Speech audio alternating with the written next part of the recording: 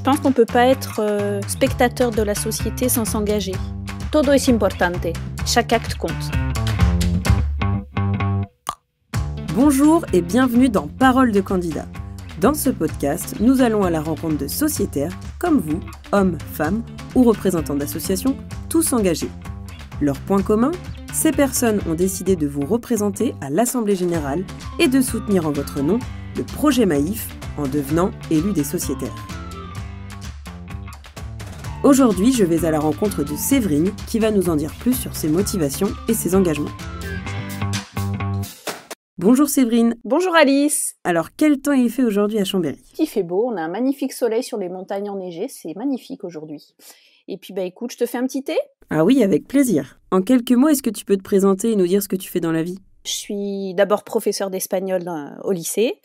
Ensuite, je suis mandataire du conseil d'administration à la Maïf depuis quelques années et donc je me présente pour être élue Maïf. Je suis membre aussi d'une association pour la promotion du déplacement à vélo sur Chambéry qui s'appelle l'association Roue Libre. Et je fais aussi partie de l'association Zero Waste en local depuis maintenant 1 an et demi. Voilà. Et pourquoi tu as voulu devenir prof ? Oh, c'est ma prof d'espagnol au lycée qui m'a donné envie de faire ce métier. Son relationnel avec les élèves et puis sa manière de nous apporter, de nous enseigner l'espagnol, de nous amener toute cette culture, toute la culture espagnole et latino-américaine. Ça m'a complètement... je sais pas, il s'est passé quelque chose et lors d'un voyage scolaire, j'ai pris une claque en fait, en me disant « Ah ouais, c'est super ce pays et je veux faire ce métier ». Et du coup, qu'est-ce que tu essaies de faire au quotidien avec tes élèves ? Alors déjà, j'essaye qu'ils soient contents de venir en classe. La première chose, qu'ils se disent pas « Oh non, zut, il y a cours d'espagnol là ». Non, déjà, s'ils sont contents de venir, je pense qu'on a gagné pas mal de choses. Et puis ensuite, j'essaie de les ouvrir un petit peu à la culture hispanique, à la langue, à tout ce qui peut... moi qui arrive à me toucher et qui, j'espère, peut les toucher aussi par les cours que je fais. En général, comment tes amis, ta famille te représentent et qu'est-ce qu'ils disent de toi ? Que je suis quelqu'un d'assez généreux, de passionné, que je vais à fond dans les choses. Ça, c'est pour le positif. Je suis assez têtue. Alors, ça peut être positif dans certains points, mais eux, quand ils me le disent, c'est pas très positif. Et puis, quelqu'un de fidèle aussi, je pense. Bon, je vais m'intéresser à ton côté têtu. Alors, qu'est-ce qui te fait bondir au quotidien et qu'est-ce que tu voudrais changer ? Ouh là là, plein de choses. La société, pour moi, est complètement à changer. Pour moi, on va pas du tout dans le bon sens.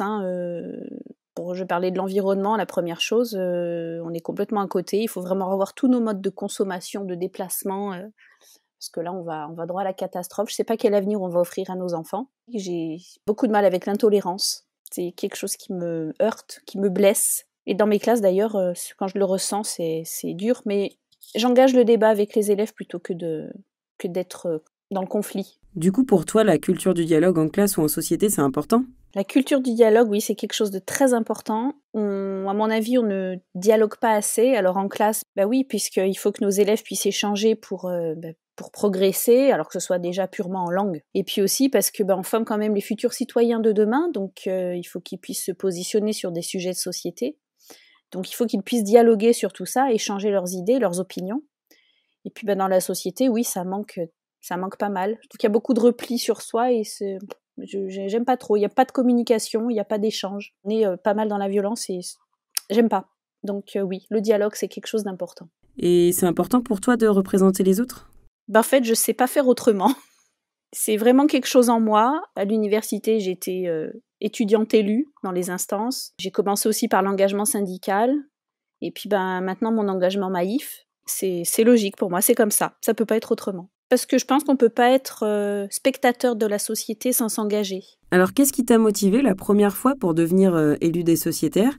Et qu'est-ce qui fait, du coup, que tu te représentes en 2021 ? Alors, au départ, je suis mandataire du conseil d'administration. J'étais pas élue et j'avoue que j'aime ce rôle, mais il me manquait quelque chose. J'avais envie de participer à la démocratie Maïf, élire les membres du conseil d'administration. Je trouve que c'est quelque chose d'important puisque c'est quand même là que se prennent les décisions de la mutuelle.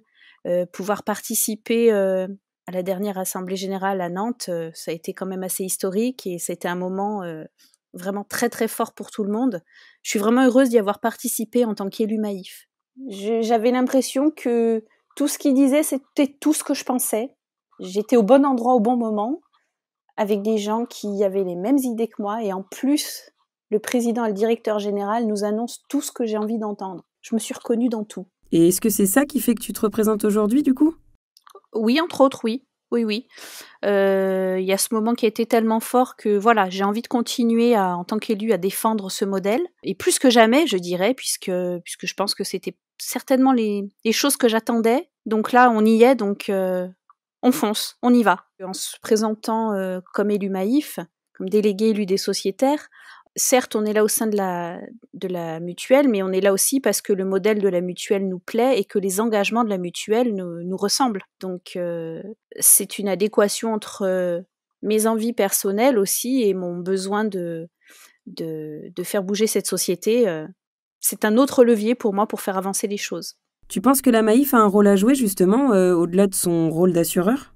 Je pense que oui, la Maïf a un rôle à jouer au-delà de son rôle d'assureur, puisque c'est une mutuelle. Une mutuelle, c'est toute une communauté de sociétaires qui participent à cette mutuelle.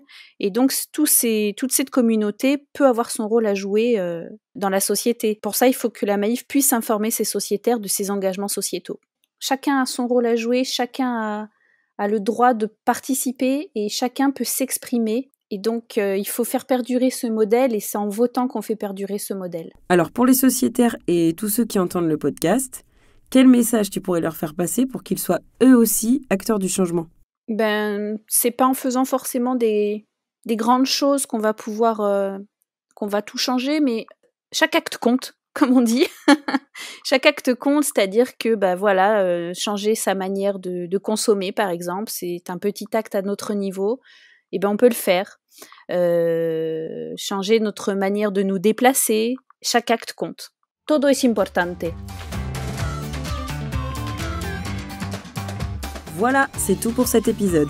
J'espère que vous en savez désormais un peu plus sur ces sociétaires qui s'engagent pour vous représenter et pour porter le projet Maïf d'une société plus responsable et solidaire, et que tout ça vous aura donné envie d'écouter les autres témoignages.